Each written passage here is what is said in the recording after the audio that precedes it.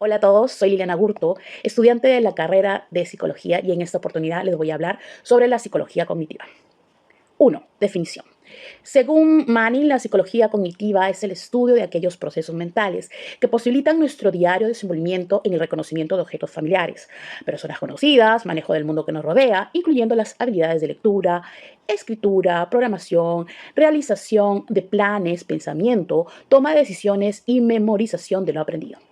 En una definición con una perspectiva más amplia y idónea, podríamos decir que la propuesta de la psicología cognitiva es abordar particularmente los fenómenos psicológicos de la mente humana, por lo que es una rama de la psicología que se encarga del estudio de la mente humana como si fuese un sistema de procesos de información. Otra característica es que la psicología cognitiva tiene como fin el estudio de la mente desde afuera, y esto se relaciona íntimamente con el enfoque y abordaje hipotético deductivo. 2. Antecedentes y orígenes. Según León y Montero, en 1995, la psicología cognitiva surge como una alternativa a la concepción conductista de la mente como caja negra inaccesible. Es difícil atribuir su aparición con un único autor, pero sí parece claro que su inicio coincide con la aparición y desarrollo de los ordenadores. El funcionamiento de estas máquinas sirve como metáfora al investigador para explorar el funcionamiento de los procesos cognitivos internos, es decir, que mientras los conductistas estudiaban la conducta y su fin era encontrar una relación entre estímulo y respuesta, los cognitivistas pretendían ir más allá y estudiar otros fenómenos, y estos se encontraban dentro del ser humano, en su interior, en la mente, por lo que la psicología cognitiva incluye a las estructuras de la mente y a los procesos que operan dentro, sobre todo estas estructuras. Lo que asentían los conductistas era que el objeto del conocimiento de la psicología solo podía encontrarse en la conducta, siendo esto para ellos el único fenómeno que podía ser observado con objetividad. Solo hasta mediados del siglo pasado, la psicología tuvo un paradigma dominante que fue la conductista, y este paradigma se basó que la actividad psíquica era la respuesta que tienen los seres humanos a los estímulos que causa el medio ambiente. Es por eso que cuando surge la psicología cognitiva ocurre un giro de 180 grados. Era una era donde lo único que habían eran laboratorios y experimentos en animales y solo estudiaban lo que pasaba con el estímulo, si es que había respuesta o no a eso. Y es que los conductistas nunca se les ocurrió estudiar lo que pasaba en el medio del estímulo y respuesta, y lo importante que era el contenido mental que estaba dentro de las cabezas, ya que no había ningún método científico para poder corroborar a esto. Es entonces que a partir de la creación de las computadoras, los psicólogos cognitivos empiezan a interesarse en los procesos mentales desde un punto de vista científico. Ya a mitad del siglo XX iniciaron los cuestionamientos de las teorías conductistas. Las simples explicaciones que daban sobre el extenso mundo de las actividades mentales eran muy deficientes, y es así como nace una nueva corriente que llegó para sustituir al conductismo, y esta era la psicología cognitiva, que fue considerada como una de las doctrinas psicológicas más revolucionarias del siglo XX. 3. Principales representantes y sus aportes a la psicología. El día que el cognitivismo llegó a imponerse en el laboratorio de psicología fue el inicio de una especie de batalla. Una batalla donde el fin era ganar un espacio profesional en un mundo lleno de paradigmas, donde los profesionales defendían radicalmente sus planteamientos. El que el cognitismo llegara significó decir realmente la mente existe. Y decir que la mente existe representó decir que hay algo entre los estímulos del ambiente y el cerebro que existe intermedio, algo que mediatiza. El primer representante que mencionaré es Jean Piaget, que fue un psicólogo, epistemólogo y biólogo suizo. Piaget desde muy joven presentó un gran rendimiento por la sistematización y la observación de los elementos de su entorno. Luego, con el pasar de los años, logra estructurar el concepto de transformación. Durante los años 1925 a 1932, Piaget dedicó su tiempo a la investigación a través de sus propios hijos, ayudado por su esposa. Con la información obtenida de sus estudios diarios, sumado con otras experiencias con niños genebrinos, construye su teoría evolutiva de la inteligencia. Los resultados de esos trabajos evidencian la relación entre el dominio lógico matemático del niño, así como el razonamiento y la madurez infantiles en general. En 1950 publica la gran científica introducción a la epistemología genética, donde expone sus fundamentos teóricos y empíricos de su reciente disciplina científica, interesada en estudiar en cómo se desarrolla el conocimiento en el sujeto. En los años 60 y 70, el modelo piagetiano se pone de moda en varias partes del mundo. Piaget favorece la observación e identificación de estructuras lógicas y operativas de un sujeto epistémico. Piaget y su teoría evolutiva de la inteligencia. Según Díaz et al., 2020, este modelo de teoría se refiere al hecho de que el niño, tanto como el sujeto epistémico, va alcanzando nuevas estructuras del entendimiento cognitivo, partiendo desde el plano biológico e instintivo, cubriendo determinados estadios evolutivos, hasta la obtención del pensamiento formal. Piaget recurre a conceptos tales como equilibrio, adaptación, asimilación, acomodación, génesis y estructura. El punto de partida para definir la inteligencia es una especie de explicación biológica y un tanto notoria en la acción sujeto y medio. Para Piaget, en términos biológicos, la inteligencia asimila informaciones provenientes de nuevas experiencias y la adaptación con sus dos posibilidades de conocer un objeto es, por tanto, operar sobre él y transformarlo para captar los mecanismos de esta transformación en relación con las acciones transformadoras. Cabe destacar que el proceso de desarrollo de inteligencia se divide en 4 etapas. La primera etapa es de la inteligencia sensorio-motriz, de 0 a 2 años. Etapa en la que el niño se relaciona con el medio a partir de los reflejos innatos que luego va modificando y perfeccionando por ensayo de error. La segunda etapa es la etapa preoperacional, de 2 a 7 años. En esta etapa el niño desarrolla capacidad de representación. El niño establece imágenes mentales de la realidad donde emula los actos adultos e iguales, mostrando un claro signo de juegos simbólicos y sus competencias lingüísticas mejoran notablemente. 3. En la etapa de operaciones concretas, que se desarrolla de 7 a 11 años, lo más característico del ser humano es el uso de la lógica para realizar inferencias sobre los sucesos y realidades. Gracias a sus conocimientos anteriores, se han organizado en estructuras más complejas, unificadas. 4. La etapa de operaciones formales de 11 a 15 años. En esta etapa las personas ya pueden realizar operaciones complejas, el razonamiento hipotético deductivo. Con esto se refiere a que el ser humano en medio de un problema estudia todas las premisas y valora diferentes hipótesis sobre su casualidad o efecto. Etapa donde también es característica la metacognición, la capacidad de poder reflexionar sobre nuestro propio razonamiento. De modo que Piaget concibe el desarrollo cognitivo como una construcción permanente a partir de las acciones que el sujeto tiene con el entorno, lo que va más allá de asociaciones simples entre estímulo y respuestas. Ahora vamos a ver a Jerome Bruner, que fue un psicólogo y profesor estadounidense cuyos estudios y aportes tuvieron gran influencia en el sistema educativo americano. Bruner, según Zapatera 2020, desarrolló en la época de los 60 la teoría conocida como aprendizaje por descubrimiento. Sus principales aportaciones al método Singapur son los modos de representación en activo, icónico y simbólico, que han derivado en el enfoque CPA y el currículo en espiral. Este enfoque pretende que en un principio los estudiantes experimenten con material concreto para deducir ciertos conceptos que a partir de estos nuevos conceptos realicen generalizaciones para caracterizar la información mediante representaciones pictóricas. Y por último, que se apoyen en las interrelaciones entre los niveles de desarrollo anteriores para llegar al nivel de la abstracción y realizar representaciones simbólicas matemáticas que les permitirán una mayor capacidad para analizar y solucionar nuevas situaciones.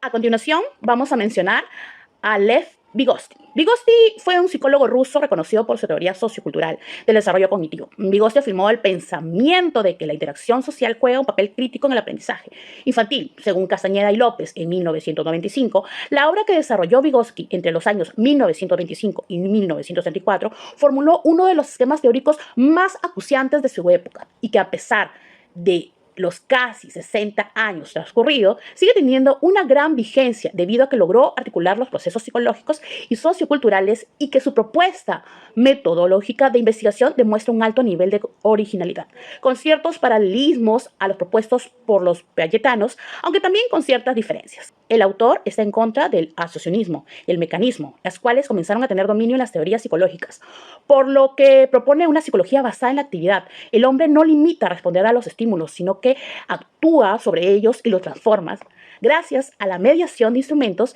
que se interponen entre el estímulo y la respuesta. Para Vygotsky, los significados provienen del medio social externo, pero deben ser asimilados o interiorizados por cada niño concreto. En el desarrollo cultural del niño, toda función aparece 2 veces. Primero, entre personas interpsicológicas y después en el interior del propio niño, intrapsicológica. Vygotsky distingue 2 niveles de desarrollo o 2 tipos de conocimientos en las personas. El desarrollo efectivo, donde el sujeto logra realizar de forma autónoma, representa los mediadores ya internalizados por el sujeto, y el desarrollo potencial, lo que el sujeto sería capaz de hacer con ayuda de otras personas o de instrumentos mediadores externamente proporcionados. La diferencia entre el desarrollo efectivo y el desarrollo potencial sería la zona de desarrollo potencial de este sujeto en esa tarea de dominio concreto. Vygotsky utiliza el método de la doble estimulación. también conocido como el método genético experimental. Consiste en la presentación simultánea de dos series de estímulos, una como centro de la actividad del niño y la otra como conjunto de signos que puede servir para apoyar esa actividad. Identificó tres fases principales en la formación de conceptos espontáneos en los niños. La primera, los cúmulos no organizados, que se da en la edad preescolar, donde los niños agrupan objetos dispares sin ninguna base o rasgo en común. Al no existir ninguna organización generalizadora, esta etapa se caracteriza por el uso de palabras con monombre propios, tienen como función la referencia, carecen de significado conceptual. La segunda es la de pensamiento mediante complejos. Posee referencia y significado. Un complejo es una asociación de objetos basado en sus rasgos perceptivos comunes inmediatos. El nexo común entre el objeto que forma parte del complejo no es estable, por lo que varía continuamente y identifica 5 tipos de complejos. Y la última es el pseudoconcepto, que es la forma más avanzada de los complejos y agrupa adecuadamente a los objetos, pero a partir de sus rasgos sensoriales inmediatos, sin que el sujeto tenga una idea muy precisa de cuáles son los rasgos comunes a los objetos. Esto es sin que conozca propiamente el concepto. Para Vygotsky, la educación, o sea, cultura, entonces es un hecho consustancial al desarrollo humano en el proceso de la evolución histórico-cultural del hombre. Y en el desarrollo ontogénico genera el aprendizaje y este a su vez al desarrollo. De manera específica, la enseñanza debe coordinarse con el desarrollo del niño en sus dos niveles, real y potencial, para promover niveles superiores de desarrollo y autorregulación. Erik Erikson. Erik Erikson fue un psicoanalista alemán que hizo aportes importantes para poder comprender la mente humana. Su nombre es uno de los más destacados dentro de la ciencia de la mente. El aporte principal realizado por Erikson se dio en términos de la psicología evolutiva. Postuló la existencia de 8 estadios de edades en el ser humano, donde cada uno tiene sus características, logros y pérdidas. A pesar de que su formación fue como psicoanalista, sus planteamientos fueron tomados por la psicología humanista. Estas etapas del desarrollo psicosocial se muestran de la siguiente manera. Erikson las llamaba estadios, refiriéndose a una región, hace un tipo de fusión de las etapas de Freud con sus etapas. Estas son confianza versus desconfianza. Se da desde el nacimiento hasta los 18 meses de vida y depende del vínculo que se haya creado con la madre. La relación creada con la madre es la que determinará los futuros vínculos que se darán con las personas en la vida del ser humano. La sensación de vulnerabilidad, frustración, seguridad, satisfacción, etc., la que determinará la importancia de las relaciones. Autonomía versus vergüenza y duda. Inicia desde los 18 meses hasta los 3 años de vida del niño. En la duración de este estadio, el niño inicia el cognitivo muscular e inicia a controlar y a ejercitar los músculos que se relacionan con las expresiones corporales. Este desarrollo puede ser que conduzca a ratos de duda y vergüenza. Por otro lado, los logros en este estadio desatan sensaciones de autonomía e independencia. Iniciativa versus culpa. Desde los 3 hasta los 5 años de edad. En este estadio, el niño inicia a desenvolverse de manera rápida, física como intelectualmente. Nace el interés por crear vínculos con otros niños. Empieza también la curiosidad por ellos mismos, por lo que es positivo motivarles para un desarrollo creativo. Si los padres reaccionan de manera negativa a sus preguntas, probablemente le produzca sensaciones de culpabilidad. Laborosidad versus inferioridad. Desde los 6-7 años hasta los 12 años de edad, en ese estadio los niños presentan un gran interés natural por saber cómo funcionan las cosas y realizan varias actividades por sí mismos, mediante su propio afán, y usan sus conocimientos y habilidades. Es por eso que la estimulación positiva que puede ofrecerse en la escuela es muy valiosa, al igual que en la casa. Si el niño no tiene una buena acogida o sus fracasos son comparados con los de otros, en el niño pueden desarrollarse sensaciones de inferioridad que solo lo harán sentirse inseguro frente al resto. Exploración de la identidad versus difusión de identidad. Se da durante la adolescencia, en esta etapa donde se manifiesta de manera constante ¿quién soy? En la adolescencia las personas suelen mostrarse más independientes y toman distancia de sus padres. Desean pasar más tiempo con sus amigos y es donde empiezan a preguntarse sobre el futuro, dónde estudiaré, dónde trabajaré. Intimidad frente al aislamiento. Se da entre los 20 años hasta los 40 aproximadamente, empieza a haber una modificación en las relaciones con otras personas. El ser humano prioriza las relaciones más íntimas, ¿no? Las que ofrezcan y también requieran un compromiso recíproco, una relación que genere en ellos sensaciones de compañía, seguridad y confianza. Al eludir este tipo de intimidad, la persona podría rozar el aislamiento, situación que puede desencadenar en depresión. Generatividad frente al estancamiento. Se da entre los 40 a los 60 años. En ese tiempo la persona está dedicada a su familia, prioriza la búsqueda de equilibrio entre la productividad y el estancamiento. La productividad que se relaciona al futuro de los suyos y sus descendientes. Busca sentirse necesario y útil para los suyos. Si existe un estancamiento, la persona comienza a preguntarse ¿Qué es lo que hago aquí si no sirvo para nada? Se estanca y no puede orientar su esfuerzo para ofrecer algo a los suyos, al mundo. Integridad del yo frente a la desesperación. Se da entre los 60 años hasta la muerte. En este estadio, el ser humano deja de ser productivo, tal vez no produce lo mismo que antes. Es una etapa en que la vida y la forma de vivir se alteran en su totalidad. Los amigos y familiares empiezan a fallecer, por lo que tiene que afrontar los duelos que causa la vejez, tanto en sí mismo como con el resto. Aplicaciones de la teoría cognitiva.